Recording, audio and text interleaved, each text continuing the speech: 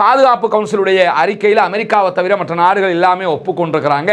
அந்த அறிக்கை பிரகாரம் மிக தெளிவாக காசாவில் இஸ்ரேலிய ஆக்கிரமிப்பு இராணுவம் அநியாயம் செய்து கொண்டிருக்கிறது, பேரழிவுகரமான சூழலை உருவாக்கி இருக்கிறது என்பதை உலகத்தில் இருக்கக்கூடிய அத்தனை நாடுகளும் ஒப்புக்கொண்டிருக்கிறது, அமெரிக்காவை தவிர என்கிற செய்திகளுக்கு இன்றைக்கு மிக தெளிவாக பாலஸ்தீன விடுதலை இராணுவம் பாராட்டுக்களை தெரிவித்திருக்கக்கூடிய சூழல்ல இஸ்ரேலிய பிரதமர் பெஞ்சமின் நெதன்யாகுவினுடைய வீட்டுக்கு முன்பதாக தொடர்ந்தும் ஆர்ப்பாட்டம் நடத்த போகிறோம், இனி அவருடைய வீட்டை விட்டு வர்றது கிடையாது, அதுக்கு முன்னாடி நாங்கள் மொத்தமாக உட்கார்ந்து ஆர்ப்பாட்டம் பண்ண போறோம்னு சொல்லி இன்றைக்கு ஒரு சாரார் அவருடைய வீட்டுக்கு முன்பதாக முற்றுகையிட்டு நிற்பதான செய்திகளை இஸ்ரேலுடைய எடியோத், அஹ்ரோனோத், அதே போன்ற மாரிவ் போன்ற செய்தி பிரிவுகள் இன்றைக்கு வெளியிட்டிருக்கக்கூடியதை நம்ம பார்க்க முடிகிற அதே நேரத்தில்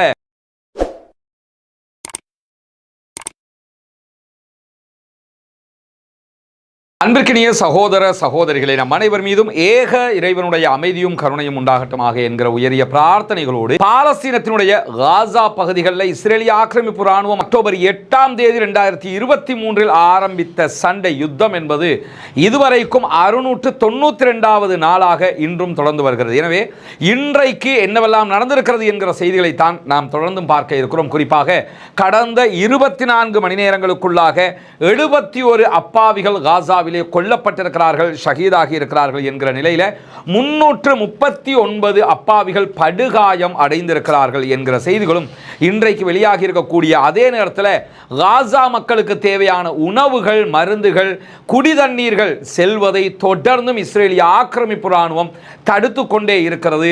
ஐரோப்பிய நாடுகள் தற்போது இஸ்ரேலுக்கு எதிராக கருத்துக்களை சொல்லி வருகிறது, அரபு நாடுகள் வலிமை போன்று கண்டனங்களை தெரிவித்து வருகிறதே தவிர எந்த விதமான காசாவினுடைய முன்னேற்றத்தையும் நம்மால் பார்க்க முடியவில்லை. ஆனால் காசாவினுடைய அப்பாவிகளுக்காக பாலஸ்தீன விடுதலை இராணுவம் தொடர்ந்தும் இஸ்ரேலிய ஆக்கிரமிப்பு இராணுவத்தோடு சண்டையிட்டு வருகிறது என்பதையும் நம்ம பார்க்க முடிகிறது. எனவே அவர்கள் அல்லாஹ்வை மாத்திரம் நம்பி தங்களுடைய மண்ணுக்காக, தங்களுடைய மக்களுக்காக போராட்டத்தை தொடர்ந்து கொண்டிருக்கக்கூடிய சூழல்ல காசாவில் இதுவரைக்கும் 1,00,000 டன்னுக்கு மேல் வெடிமருந்துகள் போடப்பட்டிருக்கிறது, குண்டுகள் போடப்பட்டிருக்கிறது என்கிற அதிர்ச்சிகரமான செய்தி இன்றைக்கு வெளியாகி இருக்கிறது. காசாங்கிறது மொத்தமாக அழிக்கப்பட்ட பூமியாக மாத்திரம் இல்லாம 1,00,000 டன் வெடிமருந்துகள் போடுறதாக இருந்தால் அதை கற்பனை பண்ணி பாருங்க.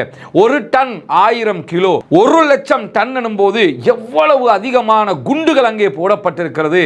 இவ்வளவையும் தாண்டி அந்த 25 லட்சம் மக்கள் அதற்குள் உயிர் பிழைத்திருக்கிறார்கள் என்பதே ஆச்சரியமான ஒன்றாக இருக்கு. ஏன்னா நச்சு வாயுக்களால் அவர்கள் செத்து மடிந்திருக்க வேண்டிய நிலைமையில அல்லாஹ்வினுடைய அருளால் உயிர் வாழ்ந்து கொண்டிருக்கிறார்கள். அல்லாஹ் அவர்களுக்கு நீண்ட ஆயுளை கொடுக்க வேண்டும், அவர்களை பாதுகாக்க வேண்டும்.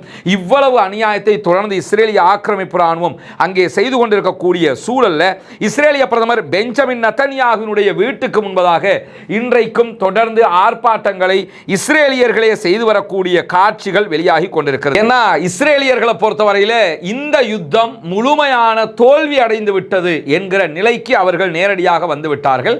அதை தாண்டி இஸ்ரேலில் இருந்து இஸ்ரேலுடைய இராணுவத்தை சேர்ந்த பல பேரும் பல நாடுகளுக்கும் சுற்றுலா என்கிற பெயரிலேயே நாட்டை விட்டு வெளியேறக்கூடிய காட்சிகளையும் நீங்க பார்க்க முடியும்.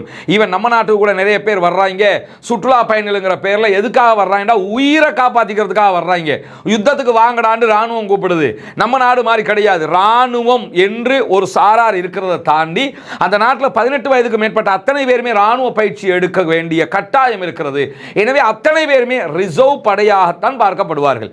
அப்படி இருக்கிற சூழல்ல அவர்களை யுத்தத்திற்கு வருமாறு இஸ்ரேலிய ஆக்கிரமிப்பு ராணுவமும் அரசாங்கமும் அழைக்கிறது. இருந்தால் யுத்தத்திற்கு அழைத்து போயிருவாங்க, போனா நம்ம செத்துருவோம். எனவே கடனை உடனே வாங்கியாவது எதையாவது செஞ்சு நாட்டை விட்டு கொஞ்ச நாளைக்கு ஓடி போய் வெளிநாட்டிலேயாவது கடை, அப்பதான் உயிரை தப்ப முடியும் என்று உயிர் வாழ்வதற்கான பயத்தில் தற்போது அவர்கள் வெளிநாடுகளுக்கு தப்பிச் செல்லக்கூடிய நிலை உருவாகி இருக்கக்கூடிய சூழல்ல தான் இஸ்ரேலிய பிரதமர் பெஞ்சமின் நெதன்யாகுவினுடைய வீட்டுக்கு முன்பதாக தொடர்ந்தும் ஆர்ப்பாட்டம் நடத்த போகிறோம், இனி அவருடைய வீட்டை விட்டு வர்றது கிடையாது, அதுக்கு முன்னாடி நாங்க மொத்தமாக உட்கார்ந்து ஆர்ப்பாட்டம் பண்ண போறோம்னு சொல்லி இன்றைக்கு ஒரு சாரார் அவருடைய வீட்டுக்கு முன்பதாக முற்றுகையிட்டு நிற்பதான செய்திகளை இஸ்ரேலுடைய எடியோத், அஹ்ரோனோத், அதே போன்ற மாரிவ் போன்ற செய்தி பிரிவுகள் இன்றைக்கு வெளியிட்டிருக்கக்கூடியதை நம்ம பார்க்க முடிகிற அதே நேரத்தில் இம்மானுவேல் மேக்ரான் பிரான்சினுடைய அதிபர் மிக தெளிவாக நாங்கள் பாலஸ்தீனத்தை தனிநாடாக செப்டம்பர் மாதம் அங்கீகரிப்போம் என்பதில் இந்த நிமிடம் வரைக்கும் உறுதியாக இருக்கிறார். நாளை மாறுவாரா இல்லையா என்பது நாளையை பொறுத்து இருக்கிறது. இந்த நிலையில் இன்றைக்கும் இம்மானுவேல் மெக்ரானுடைய ஆலோசகர் ஒரு அறிவித்தலை விடுத்திருக்கிறார். அந்த அறிவிப்பில் என்ன சொல்றாருன்னா, பிரான்சினுடைய அதிபர் இம்மானுவேல் மெக்ரான் மிக தெளிவாக பாலஸ்தீன அங்கீகாரத்தில் முடிவோடு இருக்கிறார். அது மட்டுமல்லாமல் இஸ்ரேல் காசா சிட்டியையோ காசாவையோ முற்றுமுழுதாக ஆக்கிரமிப்பதை தடுப்பதற்கான முழு முயற்சிகளை நாங்கள் செய்து கொண்டிருக்கிறோம். இஸ்ரேல் காசா நகரத்துக்குள் நுழைவதையும் நிலைமை பாரதூரமாக மாறுவதையும் நாங்கள் தடுக்க முயற்சித்துக் கொண்டிருக்கிறோம் என்று சொல்லக்கூடிய இம்மானுவேல் மக்ரானுடைய உதவியாளர், அவருடைய ஆலோசகர் என்ன சொல்றாருன்னா, இம்மானுவேல் மக்ரான் சொன்னதாக சொல்லக்கூடிய தகவல், காசாவுக்குள் நுழைந்து இஸ்ரேல் தாக்குதல் நடத்துவதற்கு எந்த ஒரு பாதுகாப்பு காரணங்களோ மற்றும் எந்த ஒரு நியாயமான காரணங்களோ கிடையாது என்கிறார். ஏன்னா காசாவுக்குள்ள நுழையிறதுக்கு இதுக்கு முன்னாடி என்ன சொன்னாங்கன்னா, பாலஸ்தீன விடுதலை அமைப்பு எங்களை தாக்கிருச்சு, அதனால் நாங்கள் உள்ளே போகிறோம்னு சொன்னாங்க. அந்த நியாயத்தை நாங்களாம் ஏற்றுக்கிட்டோம்.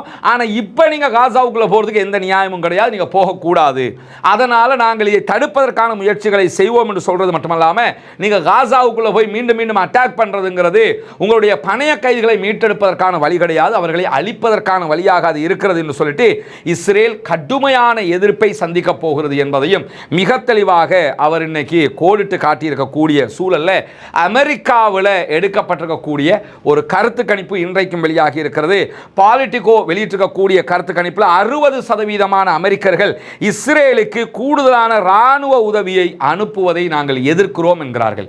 மீண்டும் மீண்டும் இஸ்ரேலுக்கு இராணுவ உதவியை கொடுக்காதீங்கன்னு சொல்லி அமெரிக்காவினுடைய 60% மக்கள் சொல்கிறார்கள் என்பதை தாண்டி 50% அமெரிக்காவினுடைய வாக்காளர்கள் இஸ்ரேல் காசாவில் இனப்படுகொலை தான் செய்கிறது என்பதை வெளிப்படையாக சொல்லியிருக்கிறார்கள். எனவே அமெரிக்காவிலேயே தற்போது மைண்ட் சேஞ்ச் வந்திருக்கக்கூடிய நம்ம பார்க்க முடியும். சிச்சுவேஷன் சேஞ்ச் ஆகி கொண்டிருக்கிறத நம்ம பார்க்க முடியும்.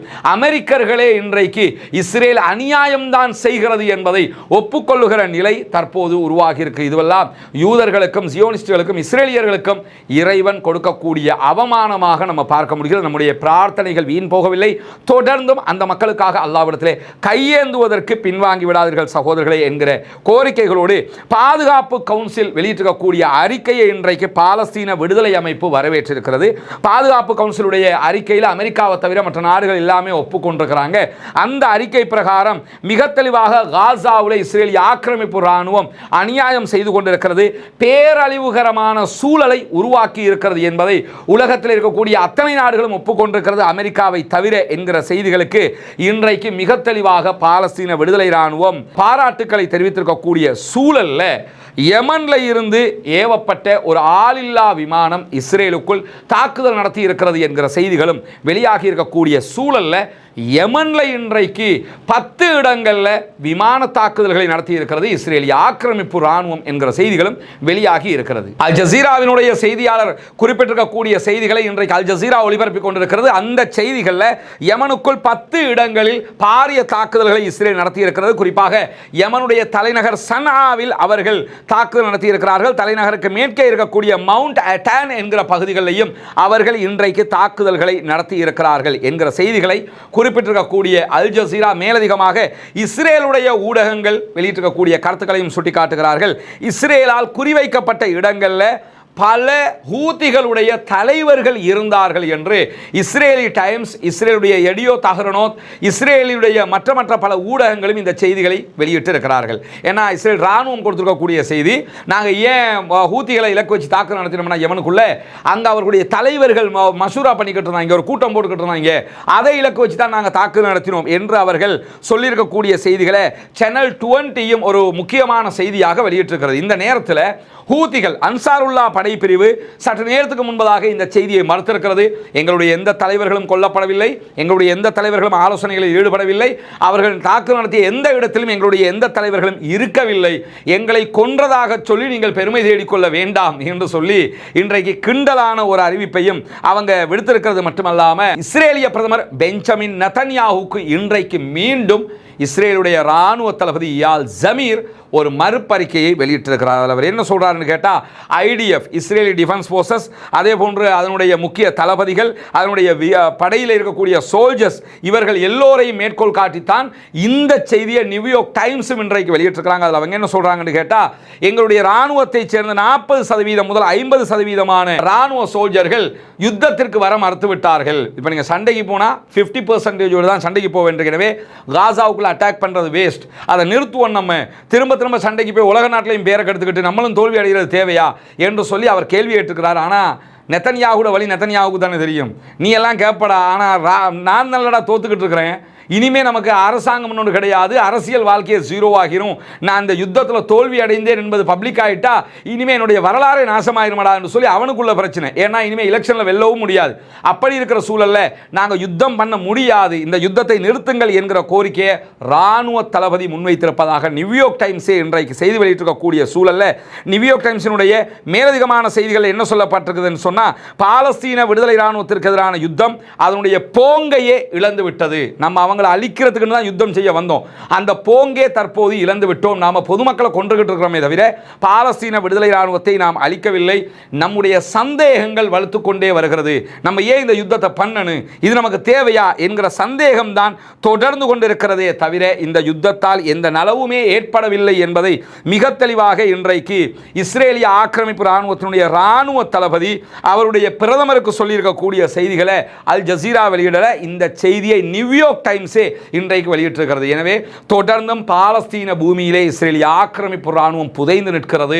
வெல்லவும் முடியாமல் மீண்டு வரவும் முடியாமல் தவித்துக் கொண்டிருக்கிறார்கள். ஆயுத பற்றாக்குறை, ஆளணி பற்றாக்குறை என்று அவருடைய இழப்புகள் தொடர்ந்து கொண்டிருக்கக்கூடிய சூழல்ல பாலஸ்தீன விடுதலை இராணுவம் வெளியிட்டிருக்கக்கூடிய செய்திகளில் இன்றைக்கும் 3 மெர்காவா டேங்குகளை அளித்திருக்கிறோம், அந்த டேங்குகள் அதே இடத்தில் வெடித்து சிதறி இருக்கிறது என்கிற செய்திகளையும் அவங்க வெளியிட்டிருக்கிறத நம்ம பார்க்க முடியும். எனவே பாலஸ்தீனம் வெற்றி பெற வேண்டும், பாலஸ்தீனம் சுதந்திரம் அடைய வேண்டும், பாலஸ்தீன மக்களும் நம்மை போன்ற நிம்மதியாளர்களாக மாற வேண்டும், வாழ வேண்டும் என்கிற உயரிய பிரார்த்தனைகளோடு பாலஸ்தீன அப்பாவிகளுக்காக பிரார்த்திக்கிற அதே நேரம் இஸ்ரேலிய ஆக்கிரமிப்பு இராணுவத்திற்கு எதிராக தொடர்ந்தும் குனூத்து நாசிலாவை ஓத மறந்து விடாதீர்கள். நண்பர்களே, அன்பர்களே, தாய்மார்களே, பாலஸ்தீன மக்களுக்காக தொடர்ந்தும் ஜனநாயக ரீதியாக குரல் எழுப்புவோமாக. வாகிறது அல்ஹம்துலில்லாஹி ரப்பில் ஆலமீன்.